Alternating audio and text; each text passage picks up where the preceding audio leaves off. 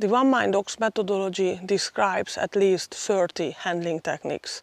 20 of them are natural to the dog, so they don't need to learn them.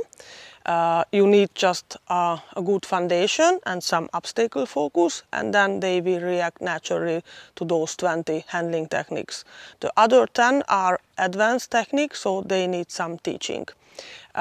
In the first lesson we had the forced front cross. This is a natural technique, and then we had the Japanese. This is a advanced technique, and now we will have 4 more techniques for the S-line: the twist, the helicopter, running on the dog's line, and the German turn. The twist and the helicopter are natural for the dogs. The German turn and the running on the dog's line are advanced techniques, so they need some teaching. All 4 techniques create a S-line over the jump. Why can be difficult?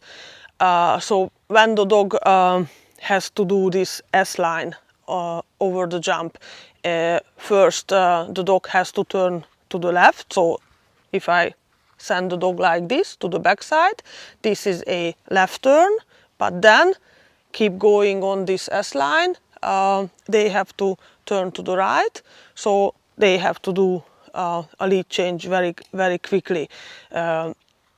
The other problem is, especially with the German turn and the running on the dog's line, with those advanced techniques, the handler's motion. Handler is the first, the motion is the first handling element. Dogs follow our motion naturally, and they always want to run parallel to the handler's line. So after I send the dog to the backside and I keep going straight, it can happen that they don't take the jump. They want to follow my motion, so they run by. You can solve this problem with your upper body, with your chest laser.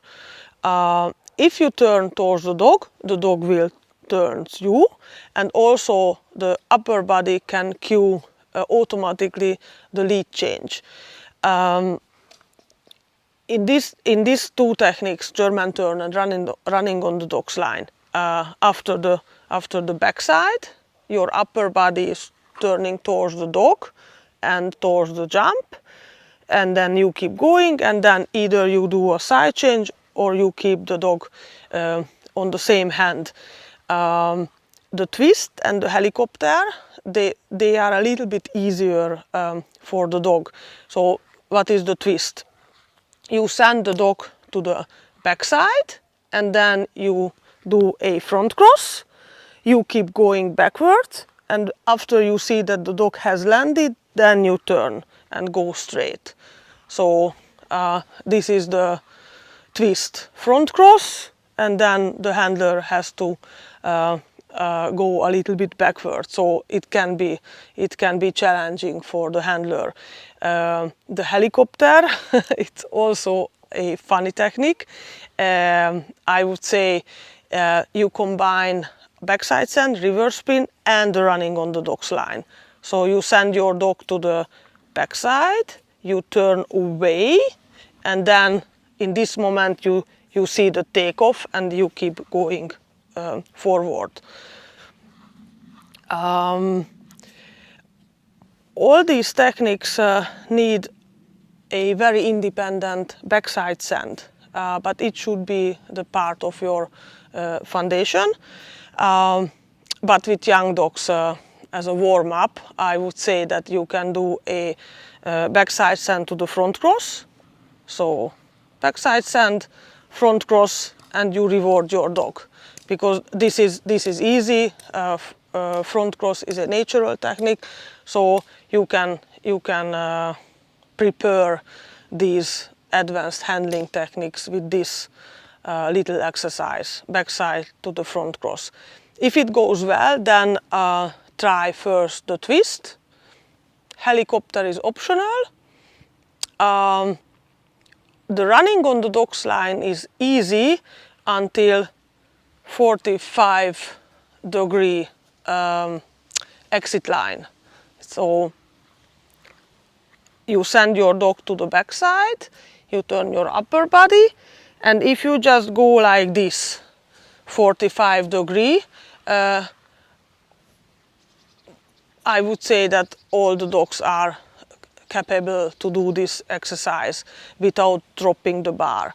If the exit line goes like towards the camera, it can be difficult for some dogs, but you can teach it. What does that mean, teaching?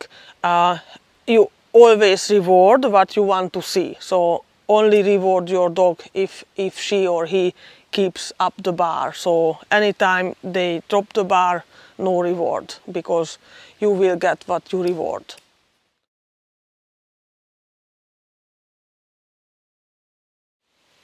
So the running on the dog's line and the German turn need some teaching.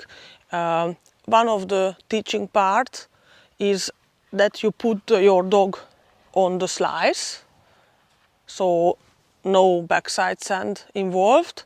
Your dog is already on the takeoff side, on the slice, and then you will stand next to the wing, feet are forward, your upper body and the outside arm turning towards the takeoff area.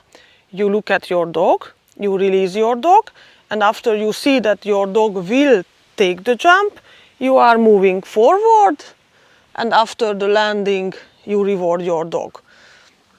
So this is the part of the technique after the backside. So backside sand, upper body towards the dog. So this is the teaching part, that your dog is on the slice, and you can play a little bit with the side change. So you release your dog is going, your dog is taking off, your dog is landing, you reward, so no side change. And if it goes well, then you can do a side change like in the German turn. So your dog is going, jumping, landing, and then you do a side change. The other teaching exercise can be that you have a toy in the other hand. So you send your dog to the backside, you go straight, but then you drop the toy behind you and you keep going. So in this teaching exercise, your upper body is turning towards the jump, so it's a huge help for your dog, and also the toy. So they see the toy, in your hand. So it's also one more help for them, and it helps you too, because so if you drop the toy like this, you are forced to turn with your upper body towards the dog. So actually it's a teaching part for both of you, for your dog and for you. If you are still struggling with this exercise, or your dog, you can play with the entry, with the approach line. So you can have your dog very close to you and very close to the jump. So the entry line is quite steep, I think that's the word. So you send your dog to the backside, you are moving, upper body towards the jump, and then you reward your dog. Also, if it goes well with one jump, and you will put one jump there and one jump after this one, you can play with the approach line and the exit line. In all four handling techniques, it's easier for the dogs if the approach line is, for example, like 90 degree to the jump, because they have to slow down, so it's easier for them to take the jump. If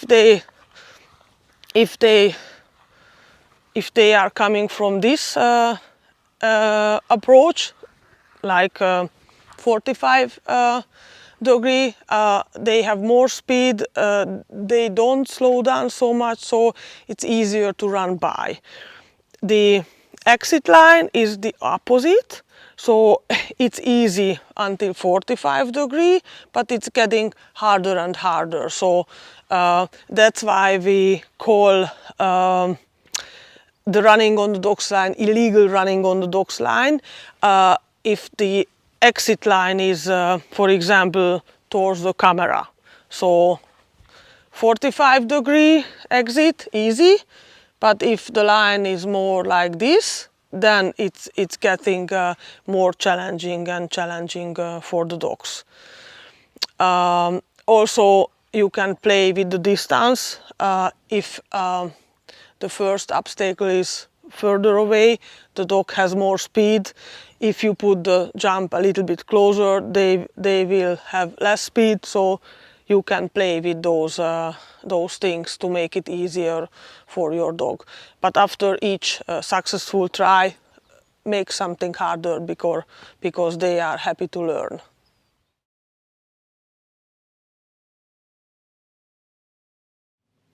What can go wrong? The first thing is that your dog doesn't take the backside, they go straight. This is easy to fix because it's about the connection. So anytime you cue the backside with the dog side hand, dog side leg, you have to look at your dog, literally, like this. Because if you look at your dog, she or he will see your profile, so the connection is there.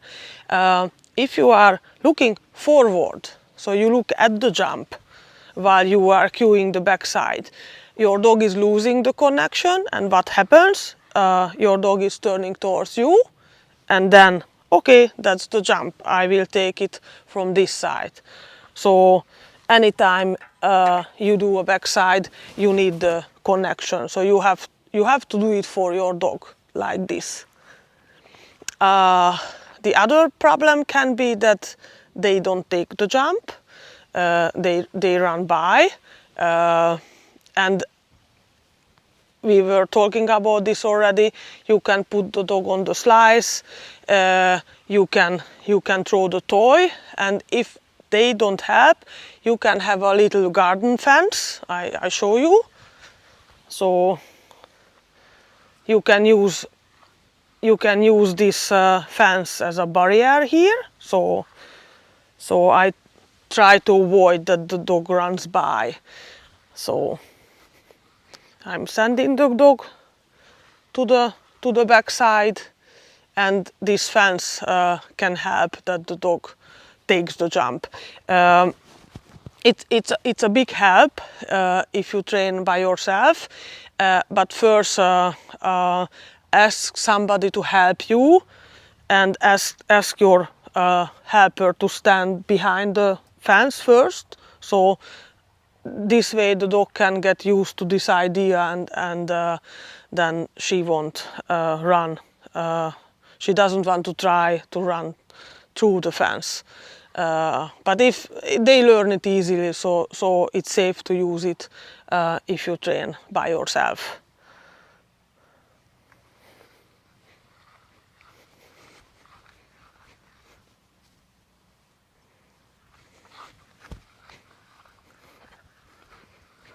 The third problem can be that you are not able to do the side change in the German turn. At the backside, try to be further away from the dog's line. So if you are so close to the first wing when you send your dog to the backside, it's just no way that you can get out of the dog's way. So at least try to be at the middle of the bar or even further away, so independent backside send. And so if you think about, if you imagine the dog's line, you need distance from the dog's line, But regarding this, you want to be close to the jump, because if you send your dog like this to the backside, it's a very independent backside, but you are so far away from the jump that you cannot get out of the dog's way. So you want to be close here.